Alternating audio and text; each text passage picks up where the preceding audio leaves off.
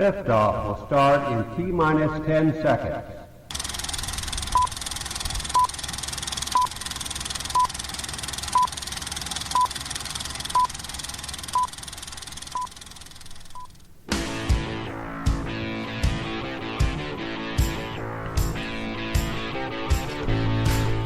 Hey, what's up, everybody? This is Evan and John. You're listening to the Boomer and X Show.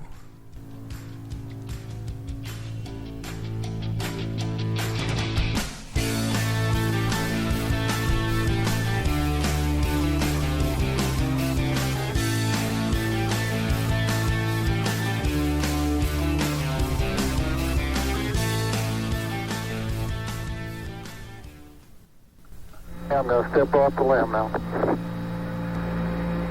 That's one small step for man,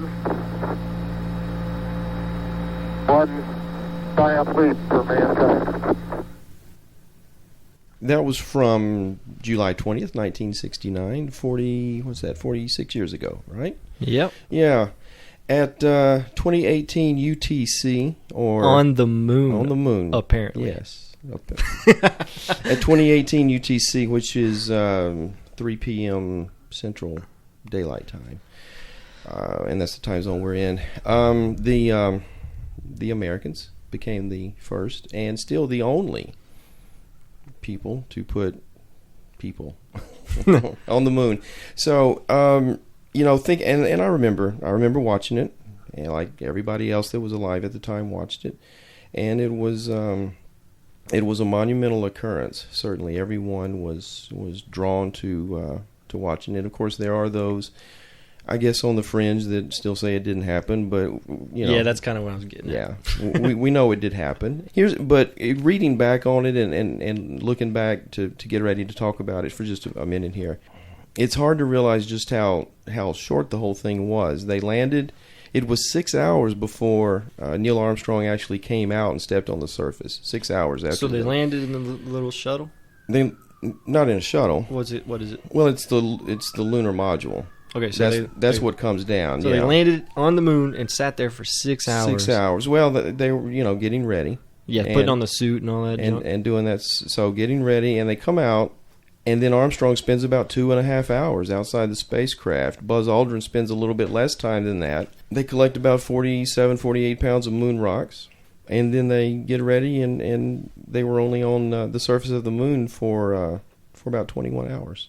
I mean, that's still pretty cool for this, late 60s. Well, it was Thinking the about first. The time. Yeah, it was exactly. the first. Yeah. You can't really compare it to anything. It was the first and only. Right. But the whole mission there and back took 8 days and 3 hours. But they were only actually on the surface of the moon inside, the module for a total of 21 hours, and only actually walking around on the surface for about 2.5 hours. So, and now here we are in July of 2015, getting our first up close glimpses of Pluto. Yeah. Which is billions. Anyway, I know it's in the billions of miles from us. And the pictures coming back have actually been very interesting. And one of its moons is actually so large in comparison to Pluto.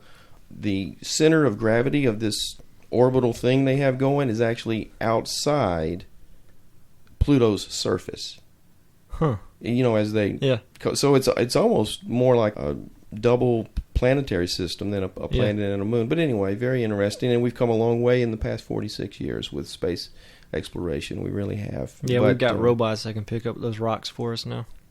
I don't know. Well, yeah, I mean, we've got something sitting on Mars, and I think we have something on an asteroid, or something in the asteroid belt. Anyway, so, but yeah, July 20th, 1969. That's our little tribute to the moon landing, which happened 46 years ago. Well, I wanted to get into why do people think we faked it? Why do people think anything? I mean, really? Why do people think Jade Helm exercise is the federal government trying to take over Texas? I've quit asking myself why people think certain things a long time ago, but I'm going to go ahead and buy into the story that we landed on the moon. So, you have an area of expertise that we're going to talk about today that I really know nothing about. Yeah, we're actually going to have a guest on and come on and talk about it too. And yes, we are. And after you and I have a little chat, we're going to have a guest, and we're going to call him Troy. We'll get to him in a little bit because I think some of his... Let's just start with talking about what it is you wanted to talk about today. Just general preparedness. Specifically, tell me where your interest in this even starts. Well, I just think, I guess, I don't know, the way I was brought up. Okay. You know, and just ready, kind of, you want to be ready for anything. You know, and there's different levels of being ready, but that's kind of how I was brought up. You want to be ready for, you know, if a tornado comes or a hurricane hits, or if a fire hits, or... So you're saying that this was instilled in you by your father, mother, either, both? Yes. Both? Yeah. Okay. I mean, just the way I was brought up, I guess, and just mostly my dad, like just always thinking of, all right, what if? Okay. What if you lose your job tomorrow? You know, are you prepared for that? What if you get in a car accident? Do you have car insurance? Even something as little as having car insurance, you're prepared for... by state law, you're supposed to do that anyway. Well, but still, you're prepared for shelling out a big chunk of money if you get in an accident. But let's go to something a little bit more that people... Because pretty much everyone has insurance. Something that most people don't do. What was something that you grew up doing, or you grew up seeing your parents do, that you don't think most people do? And you grew up in a rural area. Yeah, pretty much in the middle of the woods. Okay. Financial preparedness, you know, ready for a job loss. And what form does that take? Cash on hand, like in a savings, ready for any emergency. I think 3 to 6 months is what they usually had ready. But not kept in cash? Not cash on hand, but... Okay. Okay, so just having a rainy day fund. Exactly. Okay, and you got out on your own and decided to step that up a little bit. Yes. Okay, keeping enough water, 1 gallon a day for everybody. Those purified 5-gallon, bottles that you can go fill up anywhere. Okay. So there's water. But there are people who do like 55-gallon drums that they put tablets in every once in a while to keep them clear and all that. I'm not on that level. And there's the term prepper. People, you think, all right, you're a neighbor. I need to distance myself from you, you weirdo. People think doomsday prepper when they hear the term prepper. Okay, fair enough. Like I was getting at, you have car insurance, you have health insurance. You're a very basic form of a prepper if you have those things. That's a doomsday prepper. And they have homesteads with, totally self-sufficient and all this. That's fine. I don't care if you want it. That's for you if you want. I'm more on the general preparedness. Live in the city now, so urban is different than rural preparedness. Well, now course. I travel with you a fair amount, and you always have things in your car that I have never had in my car. A toolbox ready for anything. Some of those. Yeah. What are some of the things that you always carry with you in your vehicle? Water, not necessarily drinking water. Like if I start overheating, or even something as simple as your windshield washer fluid run out, and you're like, when I go on this I-10 stretch east to west, real buggy, ton of bugs, so I'm constantly cleaning off my windshield, and you run out of washer fluid quick, so I just fill it with water on the road, Or you're overheating, you have water on hand. In an emergency situation, that's drinkable water. I also have a bug-out bag that I keep in my car. Okay, what's a bug-out bag? Okay, bug-out bag, that's pretty much just a portable, I'd say 1 to 2 person for 72 hours. Everything you need. Food, water, change of clothes, some cash. So you have that in your car every time you travel? Stays in my car. First aid kit, that's a very basic bug-out bag. You can grab it. Most people, they keep some in their house. And so what's the form? What form does the food take that's in your bug-out bag? In this one specifically, is just MRIs. Okay. Because it's easy to store, and it stays in my car. MREs? What did I say? MRI? MREs, meals ready to eat? Yes. Okay, and you have that in your car? In my car, okay. Just because it's easy for storage. Sure.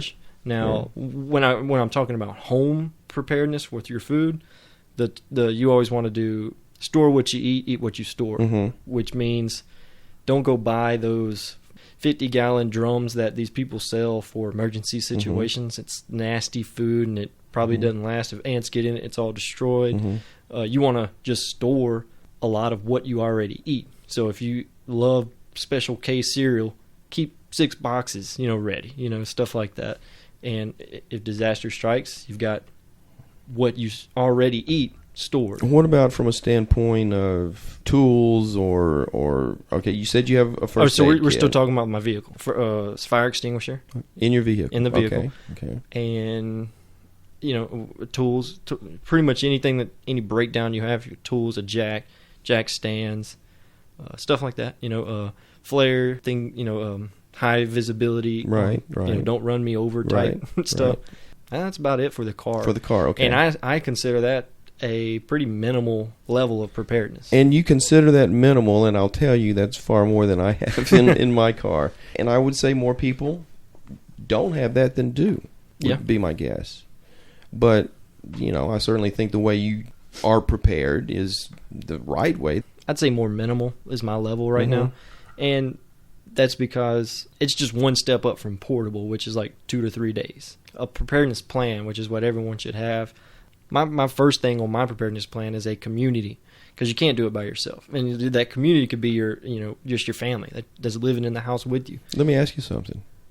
Have you done fire drills with you? And Yep. Okay. Yep. She knows exactly what to do. Okay. And we're going to redo it once we have the baby. Who's in charge of what? Where do we meet? Because say if our meeting spot's out in the grass in the front yard, and I go for whatever reason to the grass in the backyard, and I sit there for 4 minutes. And I'm like, where's everyone at? Right. Nothing's going to stop me from going in there. Right. Yeah. Right. So, we definitely have a... Who grabs Bo, the dog? Bo, he'll find his way out. No, that's one of my jobs. Okay. Yeah. Okay. But what you're talking about, just that, the emergency evacuation plan for a fire, that's just a minimal form of preparedness. And yet again, I say more families than not don't have that. That's something everyone should have. I agree. Okay, so... that covers fire. We've covered what you have in your car. Now, above and beyond that, what do you have at home? And let's somewhat relate this, because you and I live in an area that can be affected by hurricanes.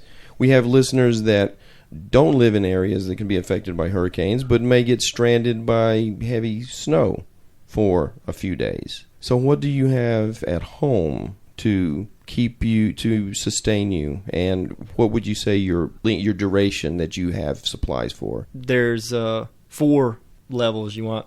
Portable. Okay, so you have the very bottom, which would be portable, which is 3 to 7 days. A minimum, which is 14 to 90 days. Extended, which is 4 months to 12 months, and then advanced, which is greater than a year. Okay. And so you're talking about stuck in a house for a few days. For a few days? Yeah. That would be just portable. And what do you have? First do of you have all, a generator? No, Okay. and I won't need one. Power's the last thing I worry about. Okay. Well, why is that? Because shelter and food and all, that's the first things you need to worry about. And then, of course, if you're in a snowstorm, plenty of firewood. You don't need electricity for that, or a generator to keep you warm. And there's a... for the hot areas here, which you can very easily overheat, have a fans that I hook up to a battery. It's a car battery that I hooked up to an inverter, and you just plug in like a normal outlet. Okay, so you don't have a generator, but you have an alternative source of power. Yes. And what is it? Exactly what I just said, a car battery with an inverter. What's an inverter? It inverts DC to AC, where you can plug in anything, okay, any 120 outlet. It turns that 12 volt into 120. Okay. The battery will die, so I also have a way of charging it. Right now, since I don't want to rig up a solar thing, and that would be more of an extended capability, like a way to charge the batteries and all that. Right now, I just take the battery out of my car, put this one in, charge it with the alternator on my car. Okay. Simple as that. Okay. And that gets you through a few days. Exactly. Okay. Water, plenty of water, and my first thing on my list for preparedness is a community, like I said. And right now, you're part of my community. You're coming to my house. You bet. But you're bringing food. Right. Because that's my thing, is I don't store a whole lot of food, because part of my preparedness plan is that my community brings all the food in their fridge that's going to go bad and all this. Right. And we have food now. I have the water and the basics. Like I said, fan, firewood if needed. Actually, when we had that snow in. And I was just about to bring that up. On a very minor level, we have actually already gone through this because winter before last, they 2-day snow in, huh? Yeah, they closed our plant down. We were not ready for that. The icy roads, jeez, man. It took forever to get over to your place. But once we got there, Yeah. we were settled. Yeah, and man, how quickly cabin fever kicks in, huh? Yeah. That was crazy. Yeah. So, yeah, we have actually, again, done this on a very minor level. Yeah. So, you were brought up in it. You kicked it up a couple of notches on your own. Yeah, very little, mostly because I'm living in the city. If I had a bigger area of land to, set up a 50-gallon thing of water and all this, and I would. And of course, the main thing is you got to do this on a budget because you don't want to go break yourself, go buy the craziest. Like I said, they sell these into the thousands of 70-day supply of food. Right. And it's just all powdered crap that you throw water on, and that's not for me, and I'm not going to endorse that. Just have more of what you already eat, so when you run out of it, you've got it ready for daily use, and then when a crisis happens or any kind of a disaster, you've got it ready. That's food. You'll have your water. Like, say a hurricane does hit. Okay. Here.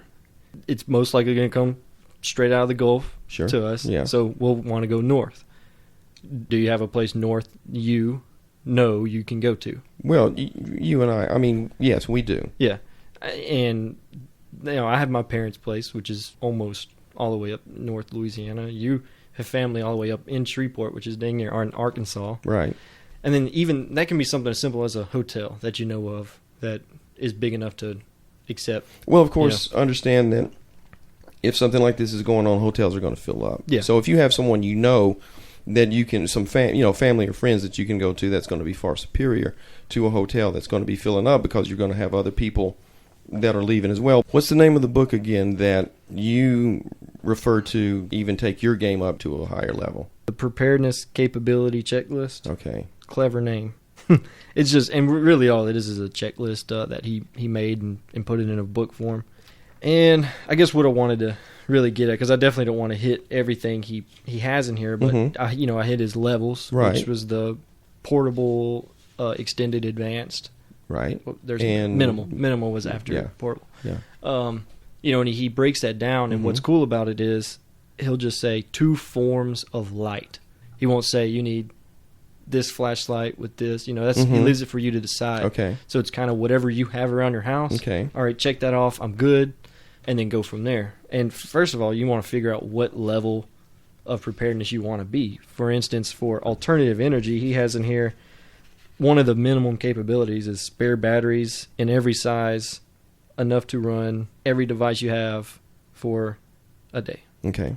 That's easy. Everyone's pretty much got that. But then he's got, for advanced, ability to heat water with solar energy, ability to power your entire home completely off the grid. That's up there in advanced. So he breaks it down like that. It's all whatever level you choose to be at, pick it, fill out the checklist, and you're prepared for that scenario, alternative energy.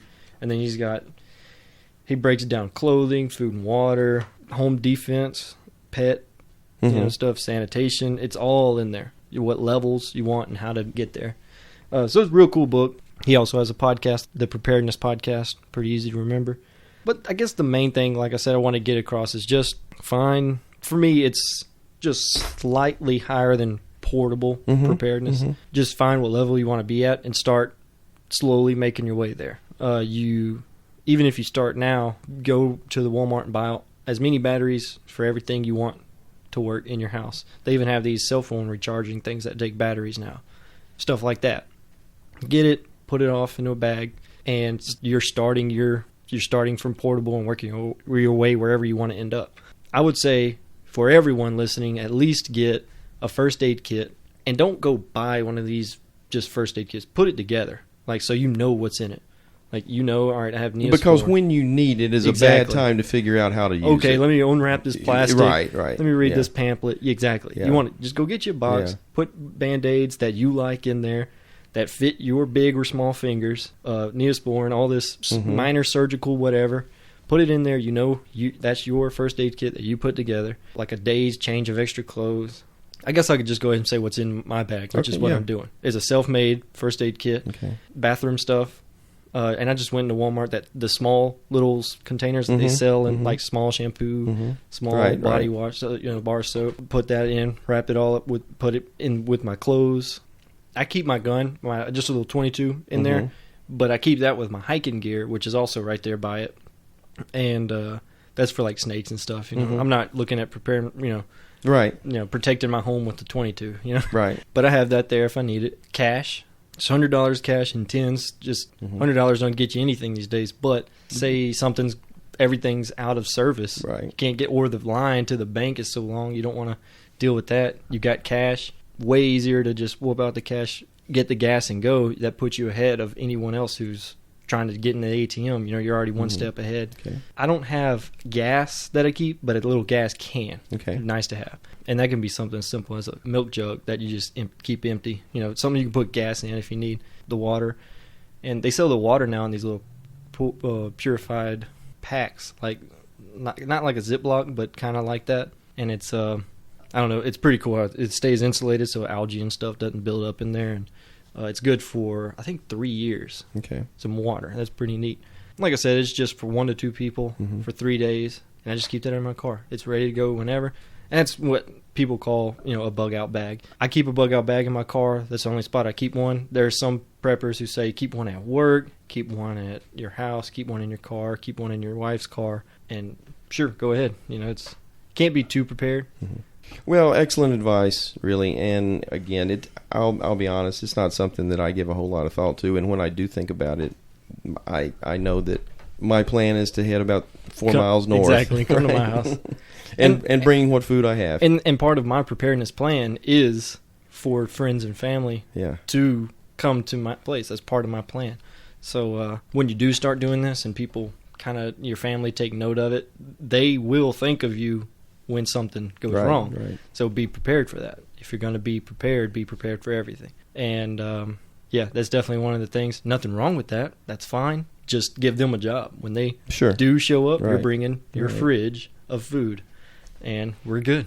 Anyways, it's not Rob Haynes's book. That's definitely, if you want any more information, that's where I would go, because we could talk about the little things all day, like survival, what to have in the wood. Like, we didn't even touch that. Survival skills and all this. He hits it all. And you highly recommend our listeners grab the book. Yeah, his podcast, what he does is he'll talk about what kinds of knives he has, what he uses them for, knife safety, knife handling advice, and he'll talk the whole podcast on a knife, the whole podcast. And then the next episode will be water purification.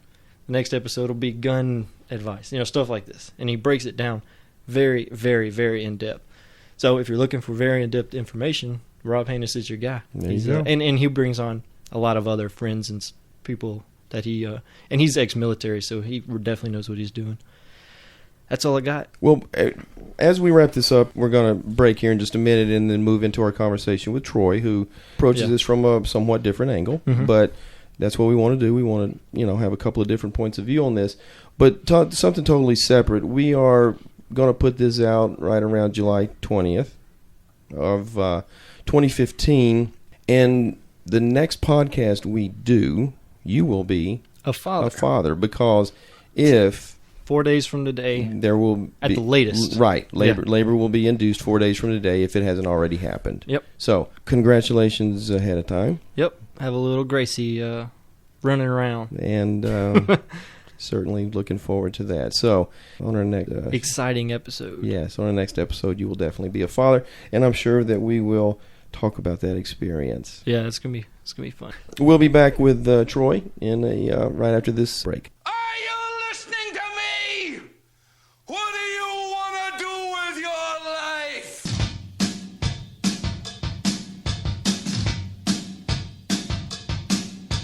We're not gonna take it. Hell, we ain't gonna take it. We're not gonna take it anymore.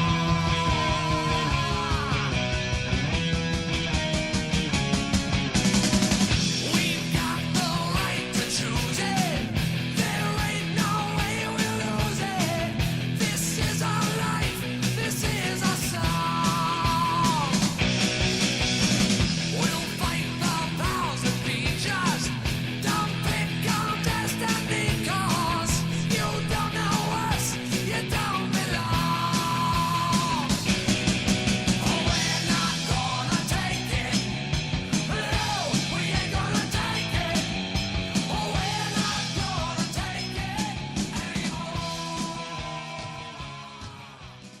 right, and we're back, and with us now we have Troy. Troy, welcome to the Boomer and X Show.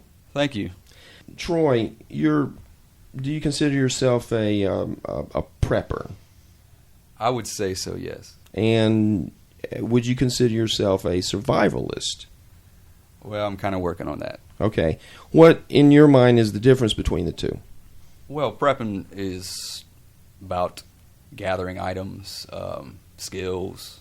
Survive is actually probably implementing them, I would say. Okay. When did your interest in all of this start? Well, I would say when I was, I think, 08. My stepbrother was into politics. Okay. He got into conspiracies, those kind of things, government doings, not trusting the government. He introduced me to some of that, and I took off from there. I was interested. I wanted to understand these things, understand what's going on in the world around me. So your interest kind of goes back to 2008. Yes. Was his interest in any way tied in with the economic collapse?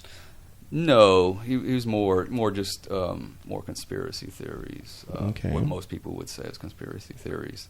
And some that you would adhere to? Yes, yeah. What, for instance? 9/11, I don't think that was what they say it was. Okay. What do you feel it was?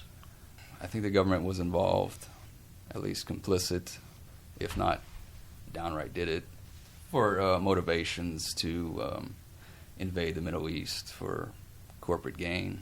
Okay. Because I believe government's mostly just corporate controlled now. Governments in general, U.S. in specific? Well, I mean, probably most around the world, but Okay. I mean, I don't really look at the other governments, mostly just U.S. Okay. Yeah. So 9/11 as a way to get people behind. Yeah. I mean, they have the Patriot Act that was. I feel that was written before it happened. Logically speaking, I mean, they have what things. There's some things that are debatable, obviously. Okay. But what's not debatable is physics. I don't believe the buildings fell the correct way.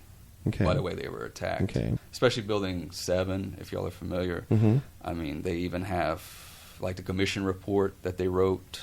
It didn't mention Building 7. It's Okay. a huge book. There's not even a sentence about it. And it's a whole building that fell. Okay. I think was to cover up something.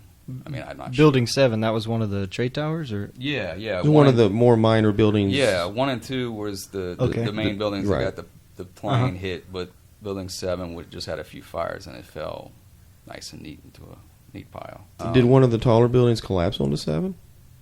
No, they all fell different times. Okay. There was even BBC had reported 20 minutes before it fell that it fell. So those type of weird instances kind of got you how do you yeah, prepare for that? Well, I mean, it got me into thinking, well, I need to take care of myself. Okay. I don't have a government that's looking out for me. Okay. That's how I got into prep. And that was around 2008. Yes. Okay. Yeah. So now, as part of your preparedness, do you own any precious metals? Yes, I do own some of that. And when did you start buying?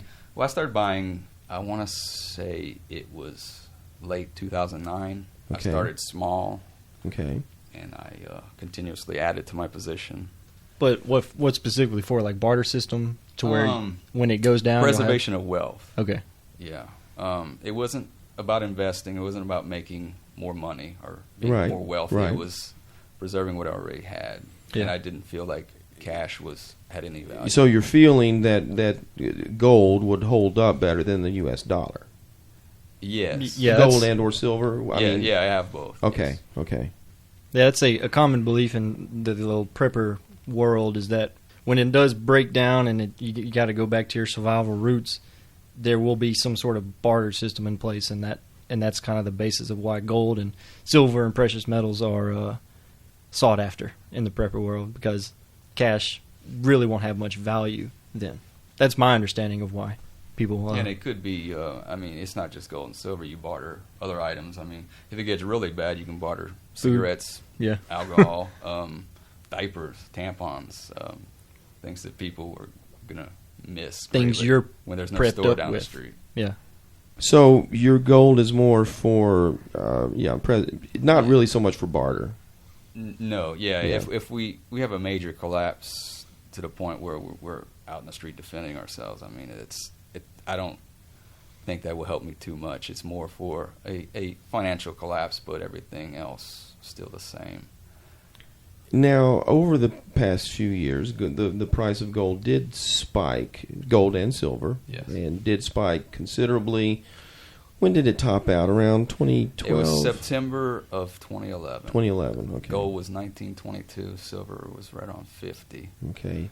As we speak now in mid to late July of 2015, what's the price of an ounce of gold? It's about 1150 right now. Okay. And silver? Silver's at roughly $15. Okay. And did you liquidate any of your holdings? No. I believe that there are companies who are manipulating those markets when they got to 50. J.P. Morgan in particular, or actually maybe it's Chase. It might be Chase. They have naked short selling of silver. The higher it goes, the more they lose. Because if you know anything about short selling, I do. especially naked short selling, Right. it's selling something you don't even own, Right. which would manipulate the price lower. And the more you buy, the more they lose. There's no bottom to their loss when you short sell. Do you maintain your holdings in a safe deposit box? Absolutely not. Okay. I believe that I'm responsible for myself, and I take my own responsibility for that. I guard it with my life, I guess, just like I do with my family. Is my store of wealth. And along the lines of being a prepper, what else do you have at home? Well, I have freeze-dried foods. I don't necessarily have water. I do have some water saved, but I try, because water is heavy, I try purification methods, collection. If you can collect rainwater. I haven't set that up yet. We're planning on buying a new house, so I haven't done anything with that yet. But you get rainwater barrels. You can make gutters to drop into that, and you can later filter it with your filters. You can also build lakes and ponds, or live near lakes and ponds, and you can filter those. It saves on space, because storing that enough water for what you need is not practical. Okay. Yeah. So a way to use natural resource, either rain or pond water. Yeah. Okay. Your precious metal holdings. Mm-hmm. What else? Well, obviously guns and ammo, of course. Do you mind telling us about that? Sure. I got a few. I don't want to be specific. you Okay. know, mostly rifles and handguns, a couple shotguns. Okay. Shotguns more for home defense, rifles for, outside the home defense, handguns for their size, Okay. just to be safe. Have smaller rifles so you can hunt game like that, Mhm. small game, like 22 rifles. In case you have to go that route, if it gets that bad, Okay. you can hunt squirrels. Do you consider yourself as stockpiling munitions? Yeah, I guess so. I mean, you can never have enough. I haven't stockpiled in a while, because I've since started a family, and Mm-hmm. takes up more bills for that. Right. So Right. I haven't bought much, and I haven't shot lately. I'd say a couple years, and that's mostly because I just don't want to burn through the ammo, and I can't replace it. Do you have a general idea of how much you have, and do you mind telling us? If I were to throw a number out there, maybe 10,000 rounds of ammo. Okay. Yeah. Okay. Over the various weapons. With post 9/11, shortly thereafter, you started to suspect that there was that the government story wasn't the official one, Yeah. or the correct. right one. I should say Correct. the correct one, the Yes. accurate one. Motivated to start a war for corporate gain of companies such as Halliburton, etc. Yeah. What else in terms of government conspiracies or lack of transparency? Wow. I mean, there's so many examples. Mhm. It's just almost every time something happens, like these people getting shot at schools. I just believe that it's always these crisis actors that seems like they got them from somewhere to make up stories, and then you see the same face on a different at a different school and a different story. There's something going on there, and I just think it's an agenda to squash guns, because I mean they're just going to try to take us over, and it's easier to take us over if we don't have guns to fight with. Any thoughts on the current military training exercises? I don't know. They're preparing to take us on. I think that's what it is. It's the Jade Helm you're talking about. Yeah, Yeah. in Texas. Yeah, Mhm. Jade Helm. And for what reason? What's the purpose? Well, ever since man has been around, hasn't it just been about conquering? I don't think that's ever ended. Mm-hmm. Hitler wanted to do that. The British wanted to. I don't think anything's different other than their tactics. I mean, it's more overt back then, but now it's covert. It's soft kill methods, like put poisons in our food and water, and more vulnerable, I guess, to fight back. Of course, we do live longer now than we have ever lived before. And well, I mean, I guess there's modern medicine that would offset some of that. I mean, I really can't speculate. It's just the way I see it, I guess. Mm-hmm.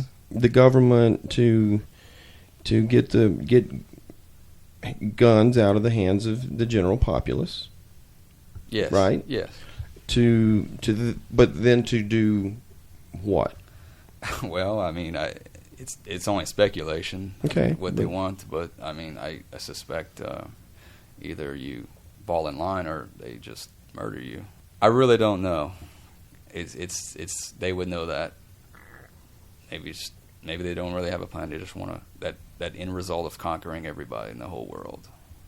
And after that, I don't know. Well, do you work independently or with others? In terms of your preparation?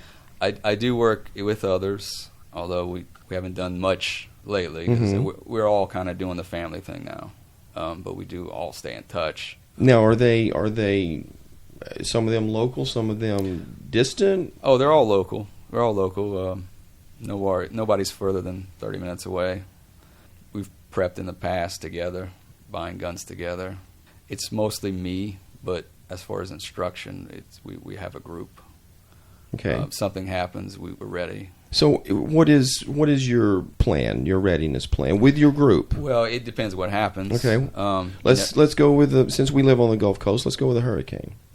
Well, hurricane's easy. I mean, last time we had a hurricane, I stayed home. Okay. It wasn't too bad of a hurricane. If it was a worse hurricane, I'd go to Broke Bridge. My stepfather lives there, and his house is a little more sturdy, and we have Okay. some of my items there. What are some of the other eventualities that you're prepared for? If they want to come and start knocking door to door, it's hard to say what I would do. I mean, They. Define they. A military person, probably, maybe Okay. a police officer. I'm not sure. Okay. Just say that you have no more rights, and we're gonna just do what we want now. I just can't allow that. And you consider that a likelihood, a probability, a possibility? It's a probability to me. It's the end goal for some people out there. What are some of your other preparedness steps with regards to things that you currently possess to help you when that happens? It's hard to say. If I have to flee, I guess I do have some certain skills I have put together, like gardening. Okay. If I have to do that, somewhere else, Mm-hmm. I do have some skills with that. What about future? Yeah. What? So going forward, what are some things? What are some actions? Some preparations you see yourself making? Well, that's a little easier to answer, I guess. I do want to eventually build what you would call, I guess, a dream home, but it's a little different than what most people would be picturing. I have, if y'all ever heard of Earthships, Evan, have you? Uh-uh. It's not something I'm familiar with. It's a self-sustainable home. You grow your own foods inside the home. It keeps a constant temperature of like 72, even in the most extreme heat or cold. It's made of mud, I guess, for the walls, and old tires, and we want to build one of those or something equivalent to that. Live in a more like a modern cave, I guess. Okay. Which you would call it. Now, is this above the ground structure? Or? It is above. Okay. Yeah, it is. It has to be south facing so it gets the right sunlight. Right. And So is it have solar panels implemented, or yeah, is it, okay. it's all. You provide your own water. It has power. It has a built-in cistern where it collects rainwater from the roof, powers the water. It preserves it. gravity You use- flush or something like that? Well, it's powered. You know, it goes first to the sink, then to the toilets, then out the house. I think it waters the plants before that. Eventually, the goal is to get off of money. Okay. I think that's what survival is all about. Self-sufficiency. I think Yeah. money is how they enslave us. I mean, we go to work and we work for a paycheck, come home, and same routine every morning. And I think we were meant for better things than that. I think that's my definition of success. Most people would say how much money you got. I think it's how well you survive and thrive without it. How much you wouldn't need to work an outside job. Is that correct? Yeah. Okay. Yes. As far as future plans, definitely, I know we hit those, different levels. Like you got a portable, minimum, extended, and then advanced. Something like that, like a house that's self-sufficient, off the grid, your own water. What kind of? I mean, are there reference materials that you go to, or Yeah. The company that is based in New Mexico, they're called Earthship Biotexture, Okay. like architecture biotexture. I think you can just Google that and it'll bring you there, and it shows what they're all about. They even have nightly rentals if you wanted to do that. It's in northern New Mexico. And that's, I guess all you would need for that is a little plot of land, huh? Yeah. I mean, if they have seminars where they teach you how to build them yourself, and it's much cheaper if you do it yourself. Yeah, I bet. And the tires, they're begging to give them away. It's old tires, that the rubber companies just want to get rid of. They're just piling up. You can usually get those for free, and then you just use the earth, the mud, to pack it in there. So that would definitely be one of the advanced levels of preparedness. I was more, getting at just general, like if something happens, where to go, what do I have on hand to go, and stuff like that. So I like how he's talking more about the advanced portions of that, because I didn't hit that at all. Mm-hmm. And that's something I've never even thought of, a house that's pretty much self-sustaining. You build, you can grow, you said grow your vegetables inside. Yeah. Yeah, it's pretty cool. Mm-hmm. What about communication between yourself and the others that you're working in conjunction with? I assume now you rely on cell phones and such. What's your backup plan should that network no longer be available? Well, if it would happen today, it would probably be a problem. I'm still working on that. They have Ham satellite. radio. Yeah. radio. I'm about to invest in one of those. I was Okay. actually looking at that just a few nights ago. But they do have like satellite phones. That might be an option. Easily recharge the batteries and never have to worry about service. The satellites aren't getting shot down. I mean, you'll be good. I don't know. I've seen, EMP strike, preparedness. Like that's on a huge, you're ready for an EMP, no electronics at all. That's Is that something that? an EMP strike. Yeah. I'm always worried about that. That's probably worst case scenario. Okay, Oh, so definitely, let's go over definitely. that a little bit. Well, that would disable all your No electronic cars, devices. no Yeah. anything. Okay, so what do you do? Well, You have a biodome house. What else do you do? I do have things stored in certain things like walkie-talkies, in some of those metal cases that they hold ammo in, like a makeshift Faraday cage, they would call it. You put your electronics in there, and it keeps it from the pulse from hitting it, and it'll survive the blast. It's more a mindset, I guess. You can have so many things, but you really need the skills. You need to have your mind right, be able to live like 1850s again. I think that's more important than what the stuff you got. Okay. I saw a news, and this actually went on the news. I don't remember the station, but they said if you're ready for a zombie apocalypse, then you're truly ready for anything. Because if you have the skills to take out zombies, you have the skills to defend yourself, and so on and so forth. I mean, you have the water, the food.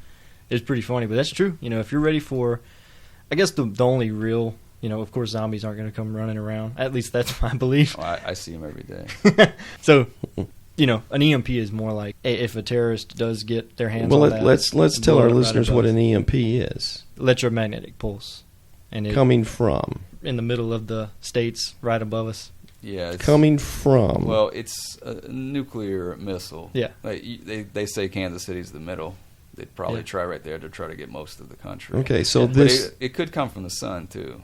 And, Okay. That's you true. know, And the theory is that really you don't have to cover the entire country because we're on the grid, and the grid and the whole east goes out, the west will be overpowered, and then the grid fails. It'll take Okay. forever because our transformers are made out of the Okay, country, and so you've got to deal with all that. Okay. I still want to establish where this is going to come from. Oh, I mean, I'm Oh, you mean hypothetical. who? I'm talking Yes, I'm talking about whom. I'm hypothetical in here. well, I'm trying to establish who's going to do this to us. By the way, I've been talking all day on this show. It's probably going to be our own Okay. people, Okay. but they're going to blame it on someone else. Okay. Just like 9/11. Yeah. Okay. Are there any time frames that you consider likely for the takeovers? I don't like to predict dates. Okay. I've tried before and I've always got them wrong. Okay. I really don't know. What are some dates that you've predicted in the Well, past? Or not or- for that, but like gold to spike, which it did. It did. But I thought it would keep going, Mhm. and it went back down. Okay. And I was completely wrong about that. I don't think I'm wrong about it. Just the date. I was Okay. wrong.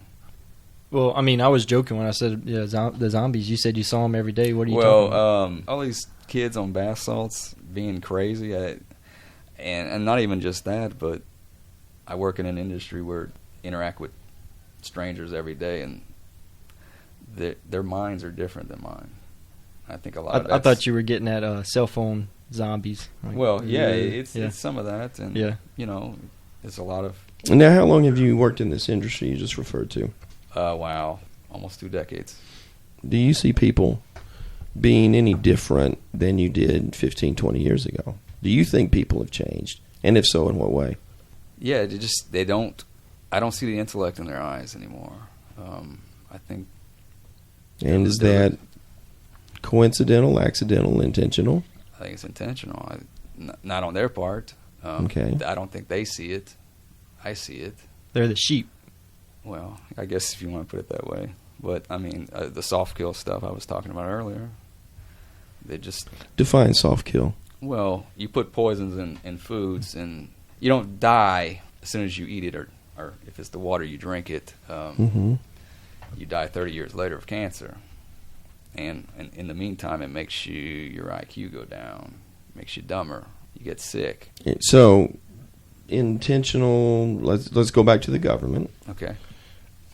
and having sick, dumb people in the country is just it makes them easier. It makes and if Easier you, targets. If you go by what I said, and it's run by corporations, that's what they want. They want complicit consumers to maximize profits. That's all it's about.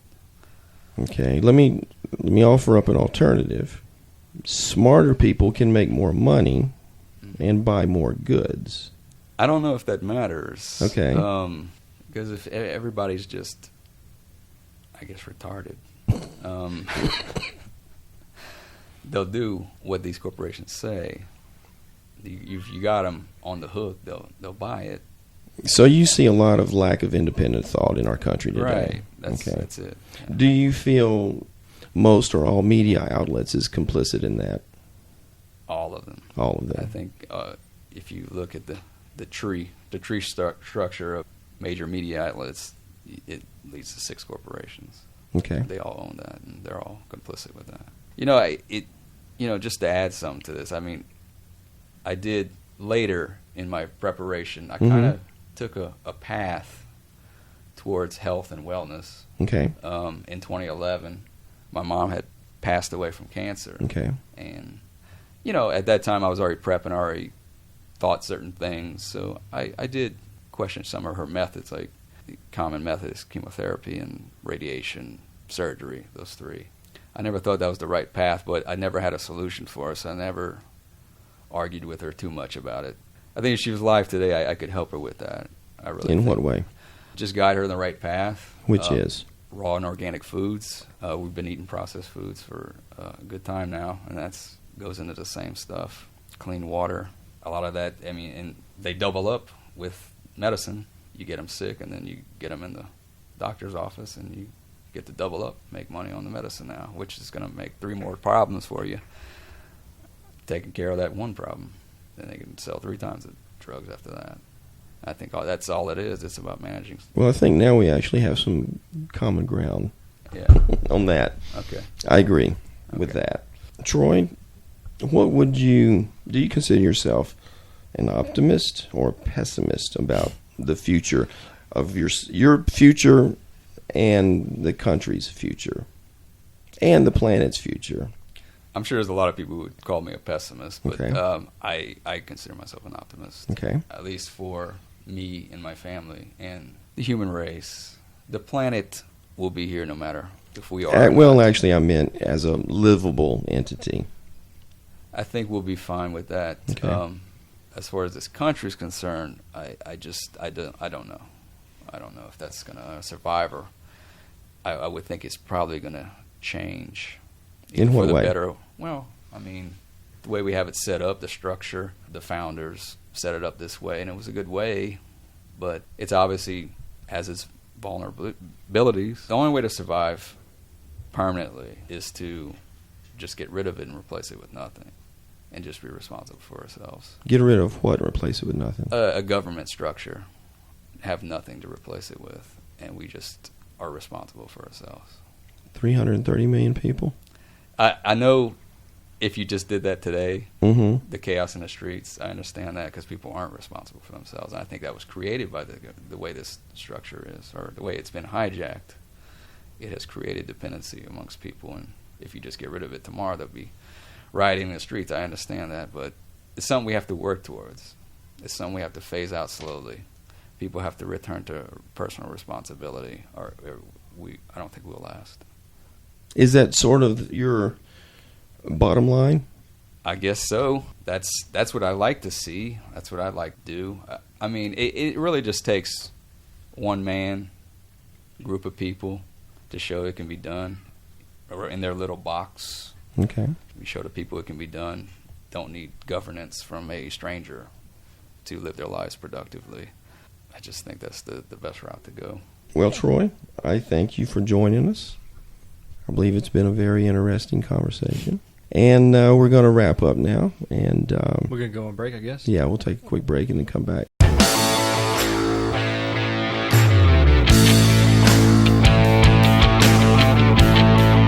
What is up, guys? I am John from Bushy Gaming, and you are listening to the Boomer and X Show. I want to encourage all you guys to head over to my gaming channel on YouTube. It's Bushy Gaming for all the latest Call of Duty news as well as some epic gameplays. Also, in the very near future, I will be uploading content of other games as well, so you guys be on the lookout for that. Also, be sure to follow me on Twitter at ZBushy. That's capital Z, capital B-U-S-H-I-E. You guys can also find me as John Busher on Facebook. I appreciate all the support, guys, and don't forget while you're at my channel to hit the like button as well as give me a subscription. Peace out.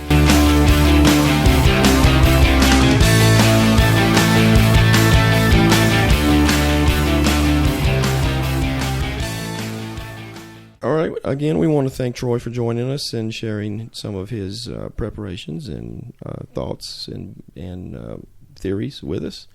Evan, let's say goodbye. And we will be back in August. Yeah. Yeah, I guess we will. I'll be a dad. You'll be a dad. You'll be an uncle. I'll be an uncle. An Uncle Grandpa John. And Remember you were saying how funny it was? You've got a 14-year-old grandson, and we're gonna have Gracie call you Uncle John. Right. So, well, I'm looking forward to it. And again, we know it's going to come this Thursday at the very latest. So, I'm looking forward to it. So for those of you who didn't hear our last episode, brand new website. We're real excited. theboomerandxshow.com.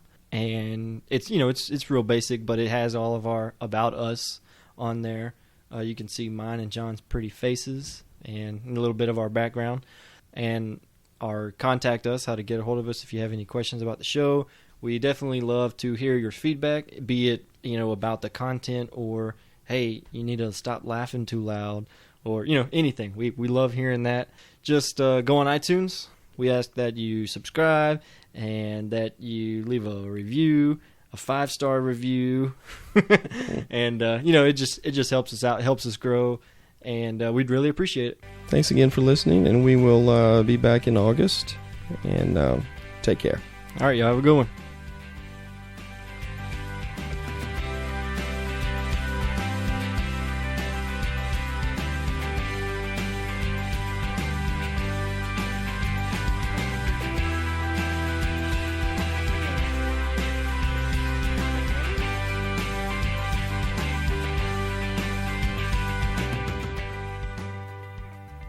Houston,